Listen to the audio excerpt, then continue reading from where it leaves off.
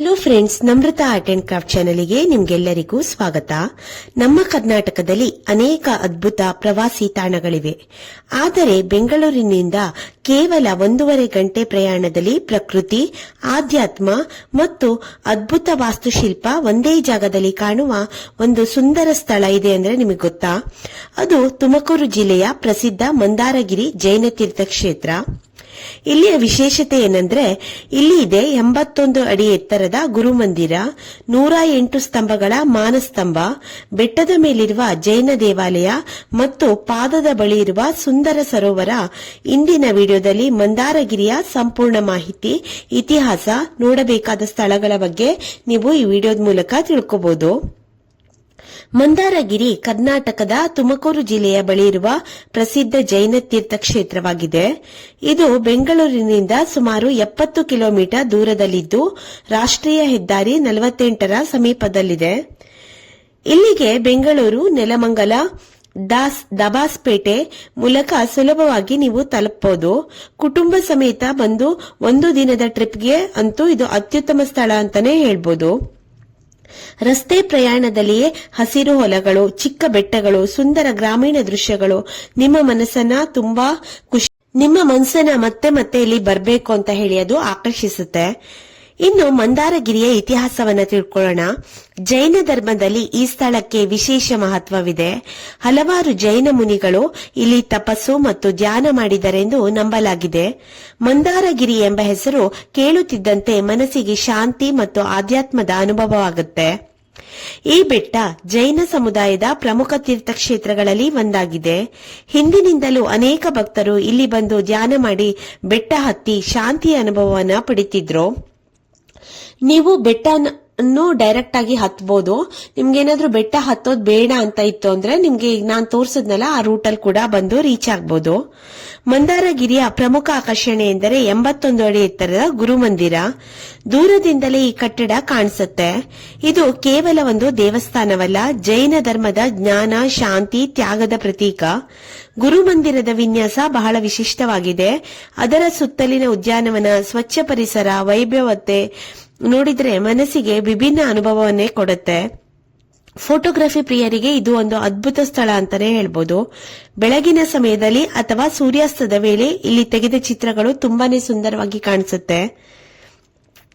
ಇನ್ನು ಈ ಮಂದಾರಗಿರಿಯ ಸ್ತಂಭಗಳ ಮಾನಸ್ತಂಭ ಅಂತ ಹೇಳಿ ಕರೀತಾರೆ. ಮಂದಾರಗಿರಿಯ ಮತ್ತೊಂದು ವಿಶೇಷತೆ ಮತ್ತು ಆಕರ್ಷಣೆ ಎಂದರೆ 108 ಸ್ತಂಭಗಳ ಮಾನಸ್ತಂಭ. ಜೈನ ಧರ್ಮದಲ್ಲಿ 108 ಸಂಖ್ಯೆಗೆ ವಿಶೇಷ ಮಹತ್ವವಿದೆ. ಈ ಸ್ತಂಭಗಳನ್ನು ನೋಡಿದಾಗ ಭಾರತೀಯ ವಾಸ್ತುಶಿಲ್ಪದ ಸೌಂದರ್ಯ ಮತ್ತು ಜೈನ ಸಂಸ್ಕೃತಿಯ ಮಹತ್ವ ನಮಗೆ ಅರಿವಾಗುತ್ತೆ. ಪ್ರತಿ ಸ್ತಂಭವು ತನ್ನದೇ ಆದ ಕಲಾತ್ಮಕ ವಿನ್ಯಾಸವನ್ನ ಹೊಂದಿದೆ. ಇಲ್ಲಿನ ಶಾಂತ ವಾತಾವರಣದಲ್ಲಿ ಕೆಲ ಸಮಯ ಕುಳಿತರೆ ಮನಸ್ಸಿಗೆ ಅಪಾರವಾದ ನೆಮ್ಮದಿ ಕೂಡ ಸಿಗತ್ತೆ. ಇನ್ನು ಬೆಟ್ಟದ ಮೇಲಿರುವ ಈ ಜೈನ ದೇವಾಲಯ. ಇದೀಗ ನಾವು ಬೆಟ್ಟದ ಮೇಲಿರುವ ಜೈನ ದೇವಾಲಯದ ಕಡೆ ಹೋಗೋಣ. ಬೆಟ್ಟ ಹತ್ತಲು ಮೆಟ್ಟಿಲುಗಳ ವ್ಯವಸ್ಥೆ ಕೂಡ ಇದೆ. ನಿಧಾನವಾಗಿ ಮೇಲಕ್ಕೆ ಹೋಗುತ್ತಾ ಸುತ್ತಲಿನ ಪ್ರಕೃತಿಯನ್ನ ನೋಡುತ್ತಾ ಹೋಗುವುದು ಒಂದು ಅದ್ಭುತ ಅನುಭವ ಅಂತಾನೆ ಹೇಳ್ಬೋದು. ಮೇಲೆ ತಲುಪಿದ ನಂತರ ಸಿಗುವ ದೃಶ್ಯ ನಿಜಕ್ಕೂ ಅದ್ಭುತ. ಹಸಿರು ಪ್ರದೇಶಗಳು, ದೂರದ ಬೆಟ್ಟಗಳು ಮತ್ತು ಕೆಳಗೆ ಕಾಣುವ ಗುರುಮಂದಿರ ಎಲ್ಲವೂ ಮನಸ್ಸನ್ನ ಮಂತ್ರಮುಗ್ಧಗೊಳಿಸುತ್ತೆ. ದೇವಾಲಯದ ಒಳಗೆ ಪ್ರವೇಶಿಸಿದಾಗ ಅಲ್ಲಿನ ಶಾಂತಿ ಮತ್ತು ಪವಿತ್ರತೆ ಮನಸ್ಸಿಗೆ ಅಪಾರವಾದ ನೆಮ್ಮದಿಯನ್ನು ನೀಡುತ್ತೆ. ಇನ್ನು ಬೆಟ್ಟದ ಪಾದದ ಬಳಿ ಒಂದು ಸುಂದರವಾದ ಸರೋವರವಿದೆ. ಅದರ ಸುತ್ತಲೂ ಹಸಿರು ವಾತಾವರಣ, ಶಾಂತ ಪರಿಸರ, ತಂಪಾದ ಗಾಳಿ ಎಲ್ಲರನ್ನ ಆಕರ್ಷಿಸುತ್ತೆ. ಕುಟುಂಬದೊಂದಿಗೆ ಸಮಯ ಕಳೆಯಲು, ಮಕ್ಕಳೊಂದಿಗೆ ಆಟವಾಡಲು ಮತ್ತು ಸುಂದರ ಫೋಟೋಗಳನ್ನು ತೆಗೆದುಕೊಳ್ಳಲು ಇದು ಅತ್ಯುತ್ತಮ ಸ್ಥಳ ಅಂತಾನೆ ಹೇಳ್ಬೋದು. ನಗರದ ಗದ್ದಲದಿಂದ ದೂರವಾಗಿ ಕೆಲ ಕ್ಷಣ ಶಾಂತಿಯನ್ನ ಅನುಭವಿಸಬೇಕಂದ್ರೆ ಈ ಮಂದಾರಗಿರಿ ಪರ್ಫೆಕ್ಟ್ ಸ್ಪಾಟ್ ಅಂತಾನೆ ಹೇಳ್ಬೋದು. ಇನ್ನು ಈ ಮಂದಾರಗಿರಿಗೆ ಭೇಟಿ ನೀಡುವವರಿಗೆ ಈ ಕೆಲವು ಸಲಹೆಗಳನ್ನ ಗಮನಿಸಿ. ಬೆಳಗ್ಗೆ ಬೇಗ ಹೊರಟ್ರೆ ಹವಾಮಾನ ಉತ್ತಮವಾಗಿರುತ್ತೆ. ನೀರಿನ ಬಾಟಲ್ ಮತ್ತು ಟೋಪಿಯನ್ನ ತೆಗೆದುಕೊಂಡು ಹೋಗಿ. ಬೆಟ್ಟ ಹತ್ತಲು ಆರಾಮದಾಯಕ ಪಾದರಕ್ಷೆಯನ್ನ ಧರಿಸಿ. ದೇವಸ್ಥಾನದ ಪವಿತ್ರತೆಯನ್ನ ಗೌರವಿಸಿ. ಮಳೆಗಾಲ ಮತ್ತು ಚಳಿಗಾಲದಲ್ಲಿ ಇಲ್ಲಿ ಪ್ರಕೃತಿ ಇನ್ನಷ್ಟು ಸುಂದರವಾಗಿರುತ್ತೆ. ಬೆಂಗಳೂರಿನಿಂದ ಒಂದು ದಿನದ ಪ್ರವಾಸಕ್ಕೆ ಇದು ಅತ್ಯುತ್ತಮ ಸ್ಥಳ ಅಂತಾನೆ ಹೇಳ್ಬೋದು. ಸ್ನೇಹಿತರೆ, ಪ್ರಕೃತಿ, ಆಧ್ಯಾತ್ಮಿಕ, ವಾಸ್ತುಶಿಲ್ಪ, ಮನಸ್ಸಿಗೆ ಶಾಂತಿ ನೀಡುವ ಅನುಭವ ಇವೆಲ್ಲವೂ ಒಂದೇ ಜಾಗದಲ್ಲಿ ಸಿಗುವ ಸ್ಥಳವೇ ಈ ಮಂದಾರಗಿರಿ. ನೀವು ಇನ್ನು ಈ ಸ್ಥಳಕ್ಕೆ ಭೇಟಿ ನೀಡಿಲ್ಲ ಅಂದ್ರೆ ಒಮ್ಮೆ ಖಂಡಿತವಾಗಿ ಕುಟುಂಬ ಸಮೇತ ಭೇಟಿ ನೀಡಿ. ಇನ್ನು ಮಂದಾರಗಿರಿ ಯಾಕೆ ಪ್ರಸಿದ್ಧ? ಮಂದಾರಗಿರಿ ಕರ್ನಾಟಕದ ತುಮಕೂರು ಜಿಲ್ಲೆಯಲ್ಲಿರುವ ಒಂದು ಪವಿತ್ರ ಜೈನ ತೀರ್ಥಕ್ಷೇತ್ರ. ಇದು ಹಲವು ಕಾರಣಗಳಿಂದ ವಿಶೇಷತೆಯಾಗಿದೆ. 81 ಅಡಿ ಎತ್ತರದ ಗುರುಮಂದಿರ, ಆಮೆಯ ಆಕಾರದಲ್ಲಿ ನಿರ್ಮಿಸಲಾದ ಈ ಭವ್ಯ ದೇವಾಲಯ ಭಾರತದ ಪ್ರಮುಖ ಜೈನ ಸ್ಮಾರಕಗಳಲ್ಲಿ ಒಂದು. 108 ಸ್ತಂಭಗಳ ಮಾನಸ್ತಂಭ. ಜೈನ ಧರ್ಮದಲ್ಲಿ ಪವಿತ್ರವಾದ 108 ಸಂಖ್ಯೆಯನ್ನು ಪ್ರತಿಬಿಂಬಿಸುವ ಅದ್ಭುತ ವಾಸ್ತುಶಿಲ್ಪವನ್ನು ನಾವಿಲ್ಲಿ ನೋಡಬಹುದು. ಬೆಟ್ಟದ ಮೇಲಿರುವ ಪ್ರಾಚೀನ ಜೈನ ದೇವಾಲಯ. ಅನೇಕ ಜೈನ ಮುನಿಗಳು ಇಲ್ಲಿ ತಪಸ್ಸು ಮತ್ತು ಧ್ಯಾನ ಮಾಡಿದರೆಂದು ನಂಬಲಾಗುತ್ತೆ. ಆಮೆಯ ಆಕಾರದ ಬೆಟ್ಟ. ದೂರದಿಂದ ನೋಡಿದಾಗ ಬೆಟ್ಟವು ಆಮೆಯಂತೆ ಕಾಣುತ್ತದೆ. ಜೈನ ಧರ್ಮದಲ್ಲಿ ಆಮೆಗೆ ವಿಶೇಷ ಆಧ್ಯಾತ್ಮಿಕ ಮಹತ್ವವಿದೆ. ಇನ್ನು ಪ್ರಕೃತಿ ಸೌಂದರ್ಯ, ಶಾಂತ ವಾತಾವರಣ, ಬೆಟ್ಟ, ಸರೋವರ ಮತ್ತು ಹಸಿರು ಪರಿಸರವು ಮನಸ್ಸಿಗೆ ನೆಮ್ಮದಿಯನ್ನು ನೀಡುತ್ತೆ. ಬೆಂಗಳೂರು ಹತ್ತಿರದ ಪ್ರಮುಖ ವೀಕೆಂಡ್ ತಾಣ. ಬೆಂಗಳೂರಿನಿಂದ ಸುಮಾರು 70 ಕಿಲೋಮೀಟರ್ ದೂರದಲ್ಲಿರುವುದರಿಂದ ಕುಟುಂಬ ಸಮೇತ ಒಂದು ದಿನದ ಪ್ರವಾಸಕ್ಕೆ ಜನರು ಇಲ್ಲಿ ಹೆಚ್ಚಾಗಿ ಭೇಟಿ ನೀಡುತ್ತಾರೆ.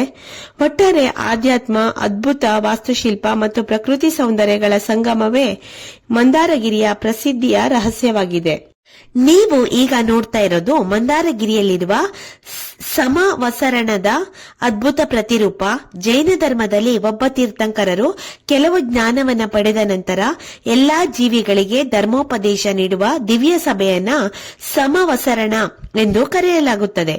ಈ ದೊಡ್ಡ ಮರವು ಜ್ಞಾನ ಮತ್ತು ಶಾಂತಿಯ ಸಂಕೇತವಾಗಿದೆ. ಮಧ್ಯದಲ್ಲಿ ಕುಳಿತಿರುವ ತೀರ್ಥಂಕರರು ಧರ್ಮೋಪದೇಶ ನೀಡುತ್ತಿರುವುದನ್ನು ಅವರ ಸುತ್ತಲೂ ಕುಳಿತಿರುವ ಜನರು, ಮುನಿಗಳು ಮತ್ತು ಇತರ ಜೀವಿಗಳು ಎಲ್ಲರೂ ಸಮಾನವಾಗಿ ಧರ್ಮವನ್ನ ಆಲಿಸುತ್ತಿರುವುದನ್ನ ಈ ಶಿಲ್ಪ ತೋರಿಸುತ್ತೆ. ಜೈನ ಧರ್ಮದ ಮುಖ್ಯ ಸಂದೇಶವಾದ ಅಹಿಂಸೆ, ಸಮಾನತೆ ಮತ್ತು ಎಲ್ಲಾ ಜೀವಿಗಳ ಮೇಲಿರುವ ಕರುಣೆಯನ್ನು ಈ ಸಮವಸರಣ ಸುಂದರವಾಗಿ ಪ್ರತಿಬಿಂಬಿಸುತ್ತೆ. ಇಲ್ಲಿ ಯಾರಿಗೂ ಭೇದ ಭಾವ ಇಲ್ಲ. ಎಲ್ಲಾ ಜೀವಿಗಳಿಗೂ ಜ್ಞಾನವನ್ನ ಪಡೆಯುವ ಹಕ್ಕು ಇದೆ. ಆದ್ದರಿಂದ ಮಂದಾರಗಿರಿಯ ಈ ಸಮವಸರಣ ಕೇವಲ ಒಂದು ಶಿಲ್ಪವಲ್ಲ, ಇದು ಶಾಂತಿ, ಅಹಿಂಸೆ, ವಿಶ್ವ ಭಾತೃತ್ವದ ಜೀವಂತ ಸಂದೇಶವಾಗಿದೆ.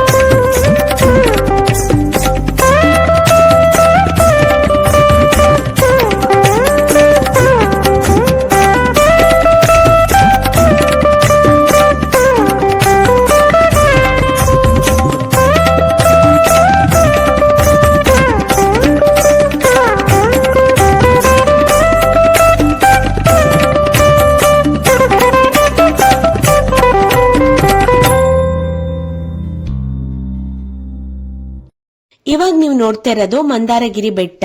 ಈ ಮಂದಾರಗಿರಿ ಬೆಟ್ಟಕ್ಕೆ ನೀವು ಮೆಟ್ಲು ಹತ್ಕೊಂಡು ಕೂಡ ಹೋಗ್ಬೋದು. ನಿಮ್ಗೆ 450 ಮೆಟ್ಲುಗಳು ಸಿಗತ್ತೆ. ಇದಾದ್ಮೇಲೆ ನಾವು ಹೋಗಿದ್ದು ಪಿಕಾಕ್ ಟೆಂಪಲ್. ನೀವು ಪ್ರತಿ ಎಲ್ಲ ಕಡೆನೂ 10 ರೂಪೀಸ್ ಚಾರ್ಜ್ ಮಾಡ್ತಾರೆ ಎಂಟ್ರಿ ಫೀಸ್ ಅಂದ್ಬಿಟ್ಟು. ಇವಾಗ ನಾವು ಹೋಗಿ ನೋಡ್ತಾ ಇರೋದು ಜೈನ ಧರ್ಮದ ಮಹಾನ್ ತಪಸ್ವಿ. ಹಲೋ ಫ್ರೆಂಡ್ಸ್, ನೀವಿವಾಗ ನೋಡ್ತಾ ಇರೋದು ಮಂದಾರಗಿರಿಯಲ್ಲಿರುವ ಈ ಭವ್ಯ ಏಕಶಿಲಾ ಮೂರ್ತಿ ಬಾಹುಬಲಿಯದ್ದಲ್ಲ. ಇದು ಜೈನ ಧರ್ಮದ 8ನೇ ತೀರ್ಥಂಕರರಾದ ಭಗವಾನ್ ಚಂದ್ರಪ್ರಭಾ ಅಥವಾ ಚಂದ್ರನಾಥ ಅವರ ಪ್ರತಿಮೆ. ಚಂದ್ರನಂತೆ ಶಾಂತಿ ಮತ್ತು ಪಾವಿತ್ರ್ಯತೆಯನ್ನು ಸಾರುವ ಈ ಮೂರ್ತಿ ಅಹಿಂಸೆ, ಸತ್ಯ ಮತ್ತು ಆತ್ಮ ಸಾಕ್ಷಾತ್ಕಾರದ ಸಂದೇಶವನ್ನ ನೀಡುತ್ತೆ.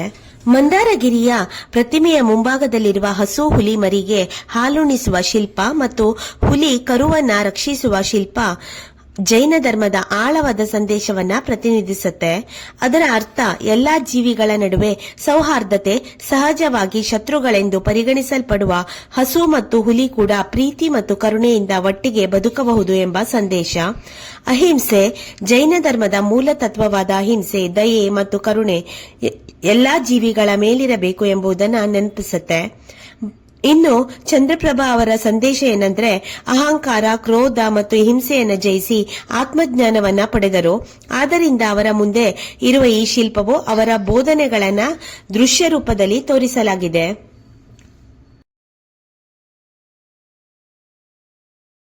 ಅಹಿಂಸೆ ಜೈನ ಧರ್ಮದ ಮೂಲ ತತ್ವವಾದ ಅಹಿಂಸೆ, ದಯೆ ಮತ್ತು ಕರುಣೆ ಎಲ್ಲಾ ಜೀವಿಗಳ ಮೇಲಿರಬೇಕು ಎಂಬುದನ್ನು ನೆನಪಿಸುತ್ತೆ. ಅದಾದ್ಮೇಲೆ ನಾವು ಹೋಗಿದ್ದು ಈ ಪಿಕಾಕ್ ಟೆಂಪಲ್ಗೆ. ಇನ್ನು ಈ ಪಿಕಾಕ್ ಟೆಂಪಲ್ ತುಂಬಾನೇ ವಿಶೇಷತೆಯನ್ನ ಹೊಂದಿದೆ. ಮಂದಾರಗಿರಿಯ ಪ್ರಸಿದ್ಧ ಪಿಕಾಕ್ ಟೆಂಪಲ್ ಅಥವಾ ಗುರು ಮಂದಿರದ ಒಳಭಾಗ ಅತ್ಯಂತ ಶಾಂತ ಮತ್ತು ಧ್ಯಾನಮಯ ವಾತಾವರಣವನ್ನ ಹೊಂದಿದೆ. ಈ ದೇವಾಲಯದ ಮಧ್ಯಭಾಗದಲ್ಲಿ ಸುಮಾರು 5 ಅಡಿ ಎತ್ತರದ ಬಿಳಿ ಮಾರ್ಬಲ್ನ ಜೈನ ಆಚಾರ್ಯ ಶ್ರೀ ಶಾಂತಿ ಸಾಗರ್ಜಿ ಮಹಾರಾಜರ ಮೂರ್ತಿ ಪದ್ಮಾಸನದಲ್ಲಿ ಪ್ರತಿಷ್ಠಾಪಿಸಲಾಗಿದೆ. ದೇವಾಲಯದ ಗೋಡೆಗಳ ಮೇಲೆ ಅವರ ಜೀವನ, ತ್ಯಾಗ, ಆಧ್ಯಾತ್ಮಿಕ ಸಂದೇಶಗಳನ್ನ ಚಿತ್ರಗಳು ಮತ್ತು ಫಲಕಗಳ ಮೂಲಕ ಪ್ರದರ್ಶಿಸಲಾಗಿದೆ. ಈ ಮಂದಾರಗಿರಿ ನಮಗೆ ಕೇವಲ ಒಂದು ಪ್ರವಾಸಿ ತಾಣವಲ್ಲ, ಅದು ಶಾಂತಿ, ಅಹಿಂಸೆ, ಆತ್ಮಚಿಂತನೆಯ ಸಂದೇಶವನ್ನ ನೀಡುವ ಪವಿತ್ರ ಕ್ಷೇತ್ರವಾಗಿದೆ. ಇಲ್ಲಿ ಇರುವ ಭಗವಾನ್ ಚಂದ್ರಪ್ರಭಾ ಅಥವಾ ಚಂದ್ರನಾಥ ಅವರ ಭವ್ಯ ಪ್ರತಿಮೆಯು ನಮ್ಮ ಜೀವನದಲ್ಲಿ ಶಾಂತಿ, ಸಂಯಮ, ಕರುಣೆಯ ಮಹತ್ವವನ್ನ ನೆನಪಿಸುತ್ತೆ. ನಿಮಗೂ ಈ ವಿಡಿಯೋ ಇಷ್ಟ ಆದ್ರೆ ಲೈಕ್ ಮಾಡಿ, ಚಾನೆಲ್ಗೆ ಸಬ್ಸ್ಕ್ರೈಬ್ ಮಾಡೋದನ್ನ ಮತ್ತು ಆಧ್ಯಾತ್ಮಿಕ ಅನುಭವವನ್ನ ನಮ್ಮ ಸ್ನೇಹಿತರೊಂದಿಗೆ ಹಂಚಿಕೊಳ್ಳಿ. ಮತ್ತೆ ಒಂದು ಹೊಸ ಸ್ಥಳದೊಂದಿಗೆ ಮತ್ತೆ ಭೇಟಿ ಆಗ್ತೀನಿ. Thank you.